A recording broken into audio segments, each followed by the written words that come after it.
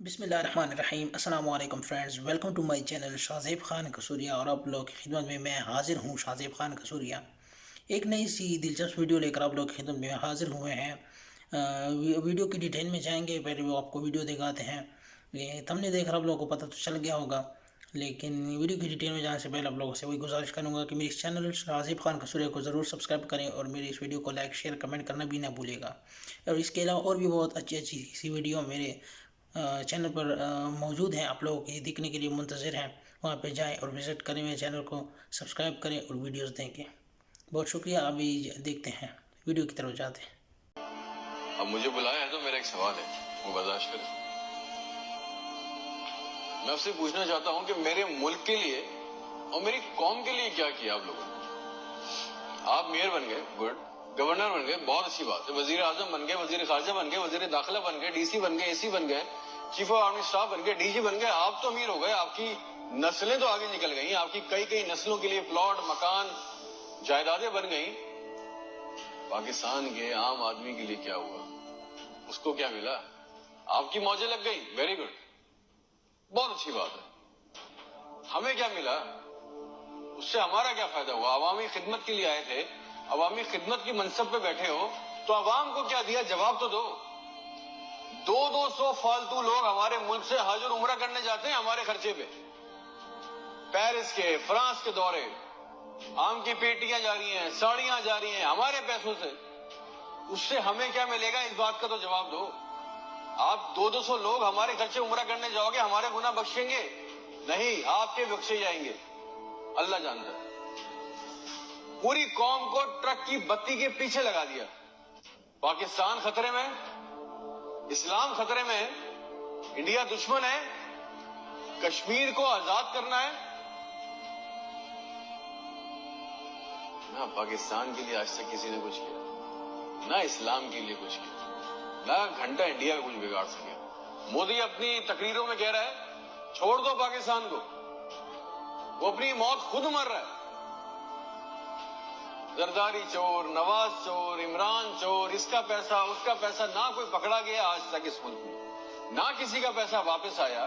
اس کی باری، اس کی باری، اب اس کے بیٹے کی باری، اب اس کی بیٹی کی باری۔ عوام کو ٹینس کے میچ میں لگایا ہوا ہے، بال ادھر بال ادھر، ٹینس کا میچ چل رہا ہے، ہمیں اس سے کوئی فائدہ نہیں ہو رہا۔ ایک غریب، مقروض، لاچار ملک، کھربوں روپے کا بجٹ، تو اتنی بڑی بڑی جائگنٹک کابینہ کھا جاتی ہے۔ کرتی کیا ہے یہ؟ اتنے وزیر، اتنے مشیر، ان کا کام کیا ہے؟ پروٹوکول، شاہی خرچے، عیاشیاں۔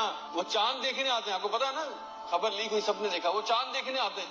ایونٹ بنایا ہوا ہے پاکستان میں چاند دیکھنے کو، وہ چاند دیکھنے آتے ہیں، لاکھوں روپے کے کھانے کھا جاتے ہیں۔ ساری دنیا میں آپ ٹریول کرتے ہو، دیکھیے گا کہ وہاں پہ بورڈ لگے ہوتے ہیں ٹریول بسز کے اندر، جگہ جگہ کے کون سی ڈیٹ پہ کون سا ایونٹ ہوگا۔ ہمارے ملک میں چاند دیکھنا بھی ایک ایونٹ ہے، کئی درجن لوگ آ رہے ہیں جی، چاند دیکھ رہے ہیں، کھانے آ رہے ہیں، بڑے بڑے کھانے آرڈر ہو رہے ہیں۔ بھائی مذاق لگایا ہوا ہے ہمارے ساتھ۔ کسی کے پاس ایک پلان ہے؟ جو ہمارے اوپر حکمران عوامی منصب پہ آ رہے ہیں، مجھے بتائیں کسی کے پاس کوئی ایک پلان ہے عوام کے لیے، جابز کے لیے، ہیومن رائٹس کے لیے؟ ایک ماسٹر پلان بنایا آج تک اس کابینہ نے؟ اور اگر ہے تو مجھے لا کے دیں، اور اگر نہیں ہے تو آپ کو کوئی حق نہیں ہے کہ آپ ہمارے اوپر حکمرانی کریں۔ اگر آپ کو حکمرانی کرنی ہے تو ہم سب کو ایک سوال کرنا ہوگا، آج ہم سب کو ایک سوال پوچھنا ہوگا کہ جو ہمارے اوپر ان منصب پہ آ کے بیٹھتا ہے وہ ہمیں لکھ کے دیں، گارنٹی دیں کہ آئندہ کوئی عورت سندھ کے ہسپتال کی دہلیز پر بچہ پیدا کرتے ہوئے نہیں مرے گی۔ ہم سے آگے وعدہ کریں کہ آئندہ کسی ہسپتال کی چھت پہ سے لاشیں نہیں ملیں گی، کوئی لڑکا خودکشی نہیں کرے گا بے روزگاری کی وجہ سے۔ مجھے گارنٹی دے دیں، ہمیں گارنٹی دے دیں، اگر آپ ہمیں اس منصب پہ آنا چاہتے ہیں نا، آپ اس منصب پہ آنا چاہتے ہیں کہ آج کے بعد کسی ہسپتال میں کوئی جعلی سٹنٹ نہیں ڈالے گا، کوئی کسی کام کے لیے رشوت نہیں مانگے گا، کوئی سول اور جناح ہسپتال کی ویٹنگ میں انتظار کرتے کرتے نہیں مرے گا، کوئی پاکستان میں کوئی کسی کو زمین پہ کسی کی قبضہ نہیں کرے گا، آئندہ انصاف کے لیے کوئی بار بار کورٹ کچہری کے چکر نہیں لگائے گا۔